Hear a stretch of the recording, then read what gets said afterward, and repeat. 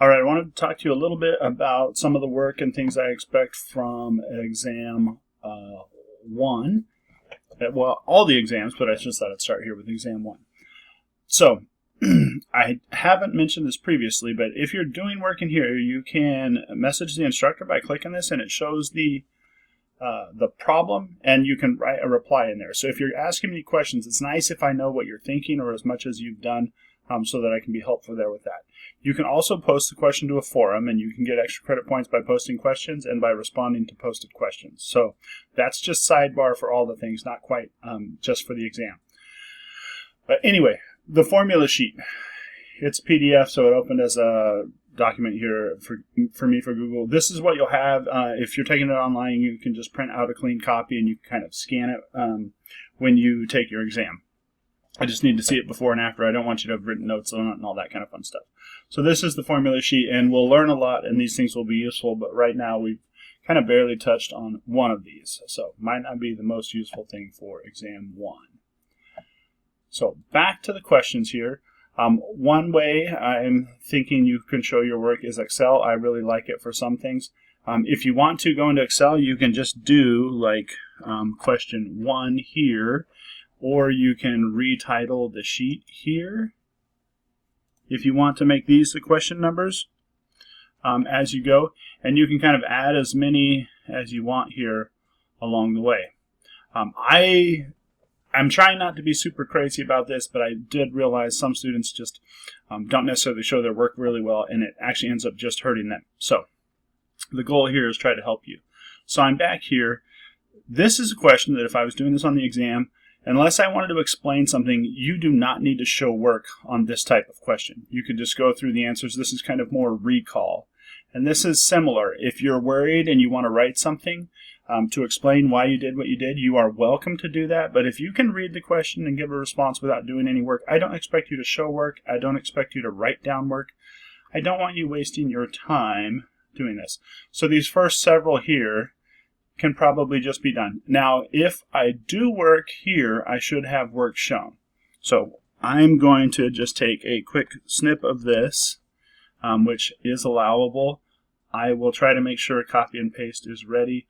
If I snipped where it said question 5, I would have all the stuff. Now, I'm not saying you have to do this, but this is a way you could do this. Now, I'm going to change this to question 5 because that's what it actually is. Now, the downside of a snip is I can't get this list, but I think this is in order from small to large anyway. So if I were starting lower limits here, upper, midpoints, this is done by whole numbers, so I can just go half a unit less than 7 for my lower limit, and then I really need to find my range. Now Excel can do some work here for us, and these numbers are listed from small to large, so I'm going to do 38 minus 7. And I'm sorry if this is a little bit quick.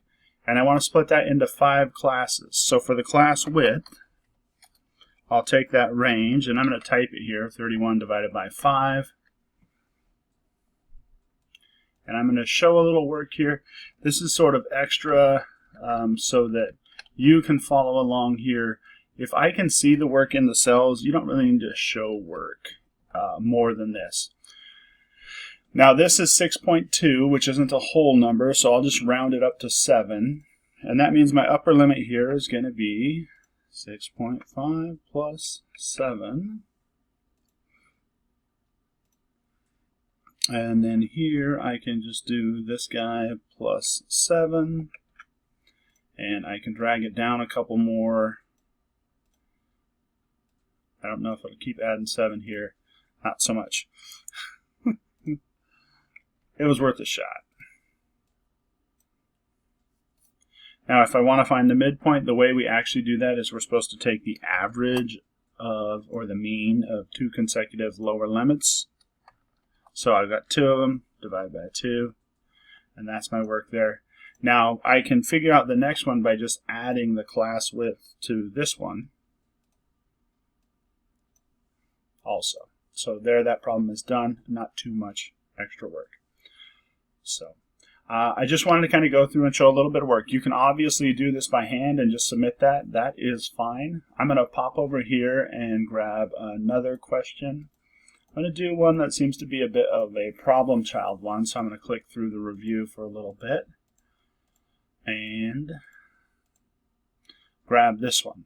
Now, I have read the question a bunch of times. We have a sample data set. There's 48 things. We're supposed to figure out how many outliers, and outliers are defined as more than 2 standard deviations from the mean. So I'm going to grab the data set only here and copy it. And I'm going to hop back over to Excel, and this was problem number, I don't know. I'm going to just say it was 20 to not look back. And I'm going to paste this data. Now, sometimes pasting special and calling it text is useful. Every once in a while, a question will get marked wrong because Excel does funny stuff here.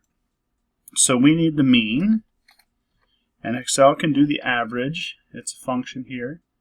Click it, grab the data set, and do it. This is the average. And I want the standard deviation of the sample, which is abbreviated S. If I hit equals and start typing standard deviation, I want the sample one because this is sample data, and I can grab the data set here. Now, it is a lot of work to try to find the standard deviation by hand. You are welcome to do it, but technology is great. So now I have a lower limit for outliers, and it's going to be the mean minus 2 times the standard deviation. And I'm just copying and paste the work over here so that you have it.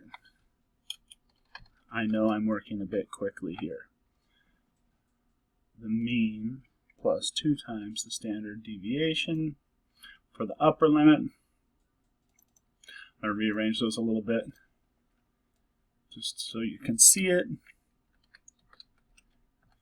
Now, some things I didn't really talk about here. When I grab this data set, if I go down here, it tells me the count, it tells me the sum, it tells me the mean. So those are things you can use to just help you when you're taking your exam, maybe shortcut some work here. Now, the outliers would be numbers smaller than 25.26, which would be this value, and larger than 56.78, which would be this value. And so the answer to the question here, we actually have 2 outliers. Anyway, my hope is to do some more videos showing you how I use Excel, but I just wanted to put together something really kind of quickly. If you're submitting this as a document, and you should, it's nice if you save it as an Excel.sx workbook, and you can say exam 1 and put your name on it. You can just say exam 1, and when you submit it in Canvas, it will work. If you submit it as a CSV or a screenshot, I can't really see the work in the cells, and it doesn't quite work as well for me. So, also, if you ended up doing work by hand and you wanted to just take pictures of it, you can copy and paste the pictures in here. That way, you can also just scan those. There's lots of good apps for doing that with your phone. Any of those kinds of things.